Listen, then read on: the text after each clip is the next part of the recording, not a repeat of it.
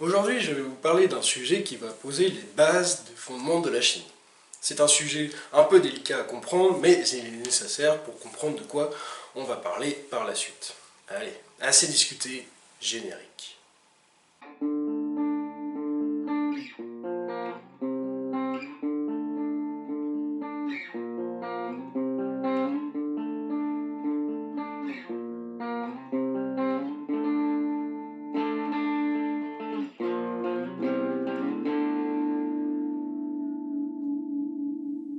L'univers, comme vous le savez tous, est essentiellement composé de vide.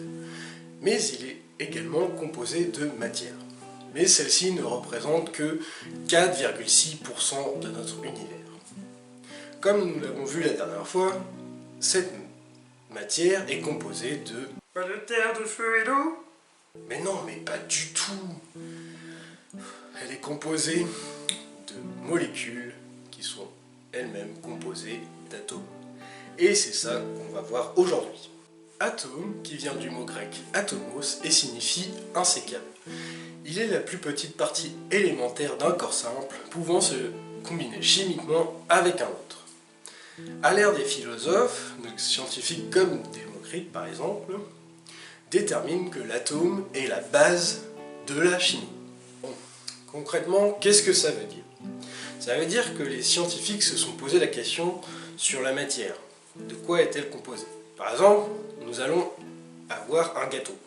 Un gâteau, nous pouvons le couper en 2, en 4, en 8, en 16, en 32, etc. Mais est-ce qu'il y a un moment donné où on ne puisse plus couper cette part de gâteau? Qu'on arrive justement à cet insécable? Et bien là était toute la théorie des philosophes, de l'ère des philosophes.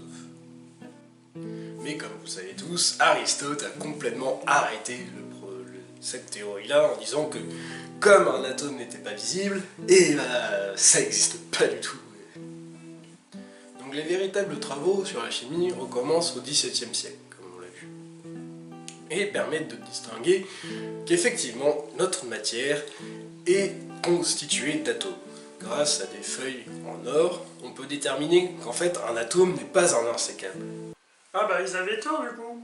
Non, c'est pas ce que je dis.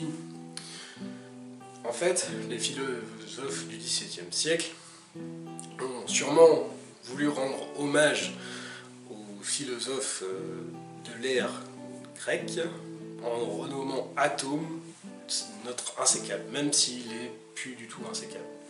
Mais de quoi est-il constitué exactement notre atome? Eh bien, il est constitué de deux choses. D'une, le noyau, qui est lui-même constitué des protons, qui sont chargés positivement, et des neutrons, qui, comme leur nom l'indique, ne sont pas chargés. Autour de ce noyau gravitent les électrons. Eh, mais t'as oublié les quarks.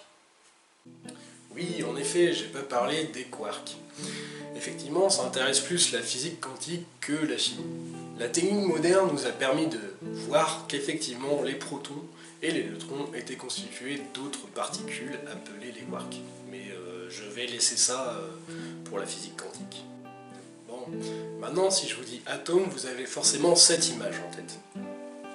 Il faut savoir que cette représentation est en fait fausse. Effectivement, là, on représente les électrons comme étant des billes.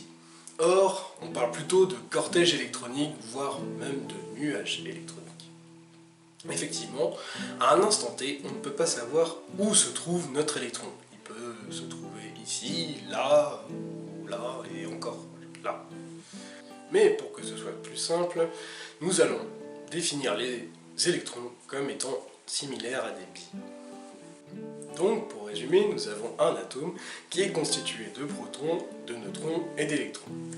Et si l'on prend un élément du tableau périodique des éléments, en fait, l'atome d'un élément est électriquement neutre. Donc nous avons la même quantité de protons que d'électrons. Par exemple, si un atome a 8 protons, nous avons donc 8 électrons dans notre atome. Bon, c'est bien beau tout ça, mais quelle est sa classification? Ah bah tu vas enfin parler du tableau là? Et oui, effectivement, maintenant je vais parler du tableau périodique des éléments. En effet, celui-ci n'a pas été fait tout de suite. Donc au XVIIe siècle, les scientifiques se sont posé la question, comment les éléments réagissent par rapport à la nature, et etc. Quel lien ont-ils entre eux? Et bien, après plusieurs tests, ils ont pu démontrer qu'en fait, certains éléments avaient la même capacité physique et chimique que d'autres éléments. Par exemple, le soufre et l'oxygène avaient le même comportement chimique et physique. Ils se sont rendus compte qu'effectivement, il y avait une espèce de périodicité dans ces éléments. Et on commençait à faire une classification périodique de ces éléments. Bien sûr, la première classification n'était pas en tableau. C'était plutôt une vis hélicoïdale qu'il fallait tourner pour qu'on ait les éléments. Et comme tous les éléments n'avaient pas été découverts à cette époque, il y avait des trous et ça marchait pas très bien en fait au final. Et c'est là qu'arrive monsieur Dimitri Mendeleïev, ou Dimitswak dans le milieu. En effet, Dimitri Mendeleïev, donc un scientifique russe, débarque dans la chimie. Et ce mec est un véritable génie pour ce qu'il a fait. Il s'est dit, au lieu d'avoir une vis hélicoïdale, moi je vais regrouper tous les éléments de l'univers dans un tableau. Donc celui-là. En effet, il estime que tous les éléments sont possiblement regroupables dans un tableau. Et c'est beaucoup plus simple. Et je pense que même dans 3000 ans, on utilisera ce tableau. Tellement il est vrai. Et tellement il ne peut pas changer du tout en fait ce tableau. Donc quelle classification donne Mendeleïev aux éléments? Eh bien il va les classifier par leur poids. Et il va commencer par l'hydrogène. Parce que pour lui c'est l'atome le plus léger comme l'hélium. Et il va leur donner un numéro qui sera le numéro atomique. À l'époque il ne correspond pas à grand chose, mais vous allez voir par la suite, il correspond à bien quelque chose, oui. Et c'est là que c'est dingue. Parce que plusieurs siècles plus tard, nous avons pu découvrir qu'en fait, ce numéro atomique n'était pas aléatoire, enfin il n'a pas été mis par hasard. En fait, ce numéro atomique correspond au nombre de protons de l'élément. Et c'est ça qui est dingue. C'est-à-dire que vous prenez n'importe quel élément de notre tableau périodique, vous avez automatiquement son numéro atomique. Donc, vous avez son nombre de protons. Ayant son nombre de protons, vous avez également son nombre d'électrons. Et c'est ça qui est dingue. Bon, bien sûr, à l'époque de Mendeleïev, tous les éléments n'avaient pas été découverts. Donc il a été un peu fusillé. Je veux dire, le tableau périodique à l'époque avait beaucoup de trous. Donc les scientifiques se sont dit, non, mais c'est pas possible. Pourquoi tu as construit ce tableau-là? Parce qu'il y a il y a des trous. Et il a dit, oui, mais ces trous, en fait, ils seront comblés plus tard. Parce qu'aujourd'hui, on ne peut pas savoir quel élément sera là. Mais je vous assure que cet élément-là, il existe. Et il sera dans le tableau. Et ça, c'est fou. C'est-à-dire qu'il a demandé à des gens, donnez-moi n'importe quel numéro atomique ou sa masse, et je vous dirai précisément sa place dans le tableau périodique. Et c'est là que ça devient dingue, parce que effectivement, ça s'est révélé tellement vrai, surtout pour les derniers, là, ici, là, tout au bout. Ouais, et tu peux revenir sur tes moutons, s'il te plaît? Oui, bon, désolé. Alors, comment marche cette classification périodique? Comme on a vu, la périodicité des éléments montre que si vous prenez une colonne du tableau, c'est égal à une famille. Comme ils vont réagir de la même façon physiquement et chimiquement. Nous avons donc la première colonne qui est celle des alcalins. Ensuite, nous avons la deuxième colonne qui est pour les alcalinotéreux. De la troisième colonne à la 16e colonne, nous avons les métaux de transition. La 17e colonne, c'est pour les halogènes. Et la 18e colonne, et dernière colonne, c'est pour les gaz nobles. Donc maintenant qu'on a tout ça, on nomme grand X un atome aléatoire.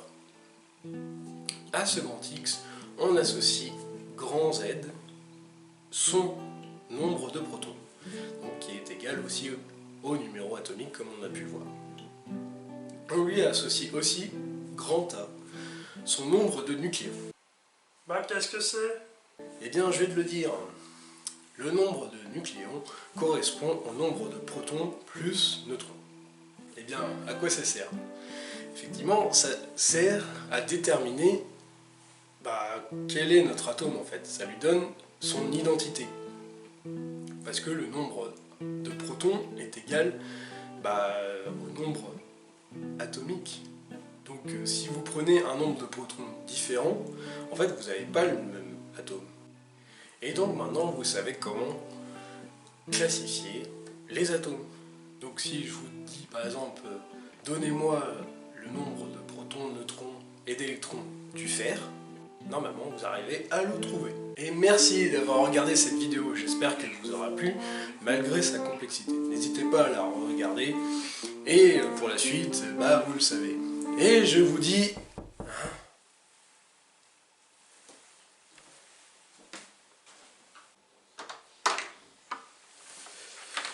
Ouais, qu'est-ce que c'est? Eh bonjour, vous devez connaître les nouvelles politiques concernant les droits d'auteur. Eh bien, vous n'avez pas le droit d'utiliser la chanson que vous citiez au début de l'épisode. Du coup, nous sommes obligés de vous dédouaner de 12 milliards d'euros. Hein?